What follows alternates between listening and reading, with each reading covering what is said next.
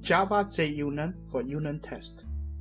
In this lecture, I'm going to give you an introduction for Java JUnit testing.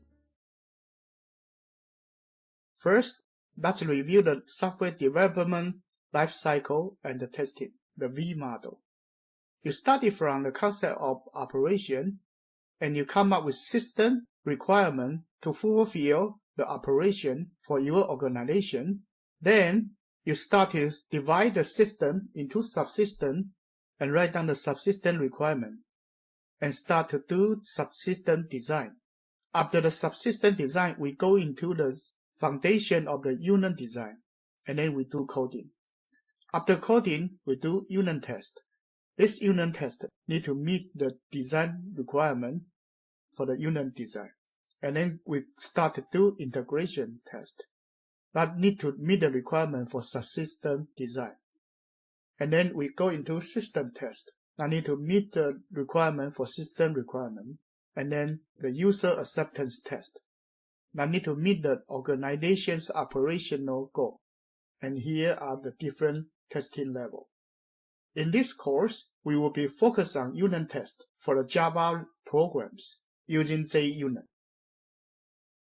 Here is a Java testing lifecycle. First, you need to identify the requirement for testing and set up an acceptance criteria and start to come up with the testing strategy, planning, and the design, and execute the testing. And then try to find the defects and fixing the bugs, and then review and editing, and come up with acceptance level and baseline. And then review, come out with a new requirement, and redo the cycle. What is unit test? Unit test is a software development process in which the smallest testable parts of an application, called unit, are individually and independently scrutinized for proper operation. Unit testing is often automated, but it can also be done manually. So our focus is on this stage in the V model. For unit test, it is similar to hardware. You have a design under test.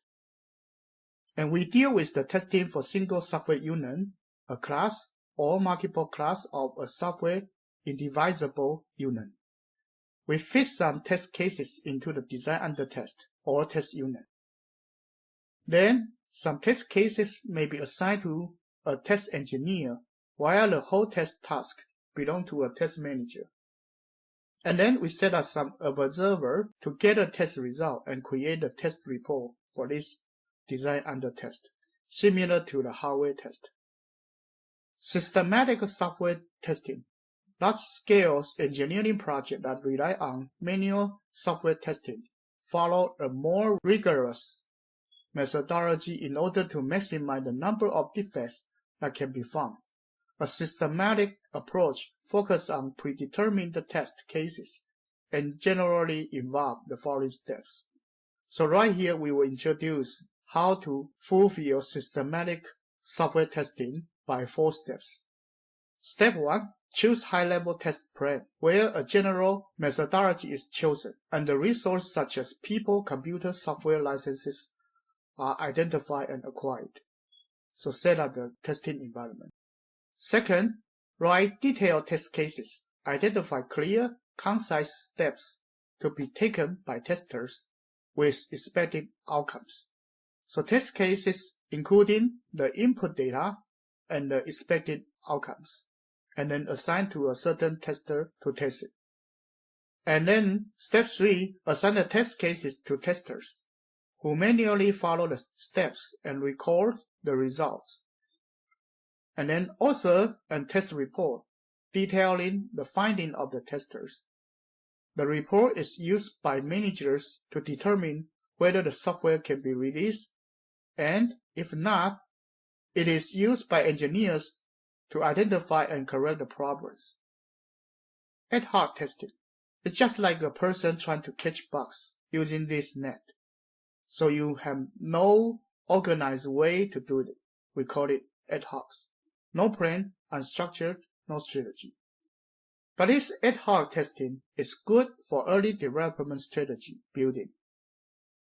Try to prove that the programming idea is feasible and use the developer test plan. BlueJ has a good ad hoc testing environment for Java. You just need to create an object and apply the methods for the objects. Regression test. Shoot for new bugs.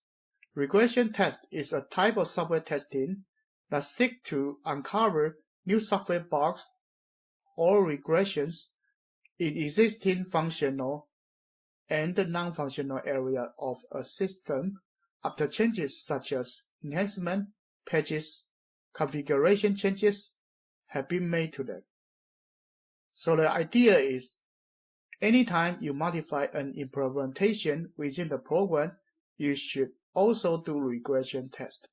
So the idea of regression test is to ensure that defect is not introduced after the modification of the implementation within the program.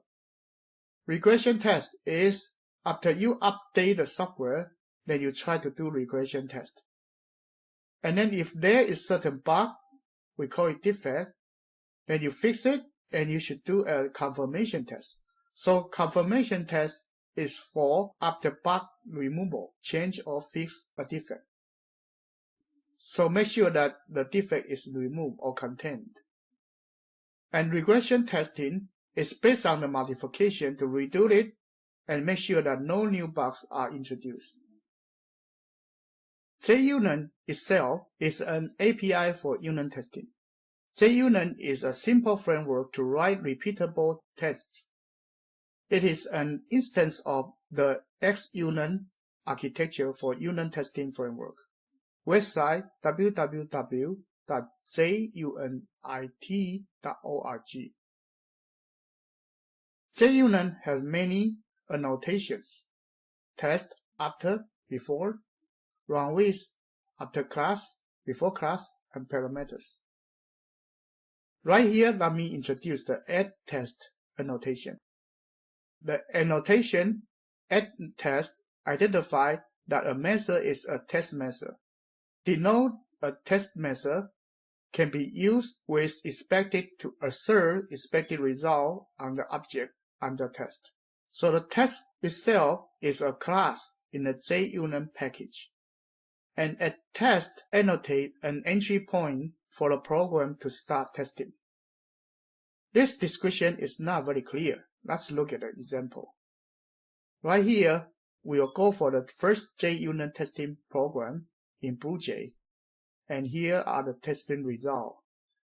So in the BlueJ environment, we have a first JUnit program. I will show you later, and the result is right here, and the test result using JUnit test is over here. Let's go to the BlueJ. So right here, this program is the first JUnit program. In the first JUnit program, it is a class for unit test. So there is no main method, but there are three methods: divide, addition, subtraction, and three test methods: capital divide, subtraction, addition capital. And then for these three methods, we have the test annotation over there. So what happened is like this program don't have the main method as the entrance point. Instead, we have three methods with the test annotation as the entry point. And test itself is a class in JUnit package. So you need to import org.junit.test in order to run this test annotation. So let's try it. It's very simple. You right click, and then here run this subtraction. And in the subtraction method, you have 10 minus 5 equals 5.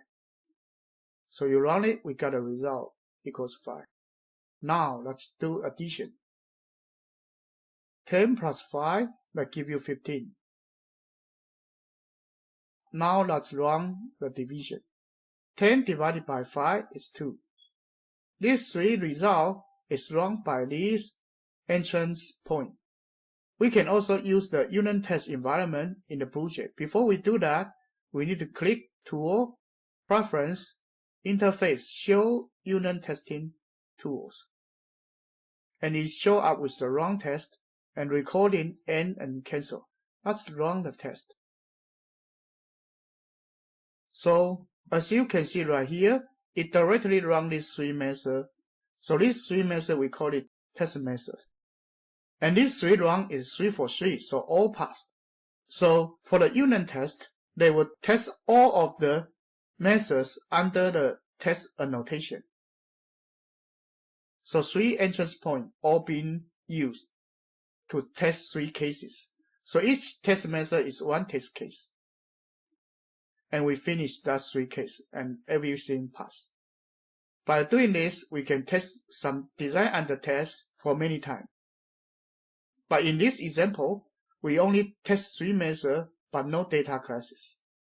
So this is a very simple test program for JUnit without any data class. But at least it shows you the feature of this JUnit test. We will come back to some more difficult testing tasks and the data classes later. Thank you.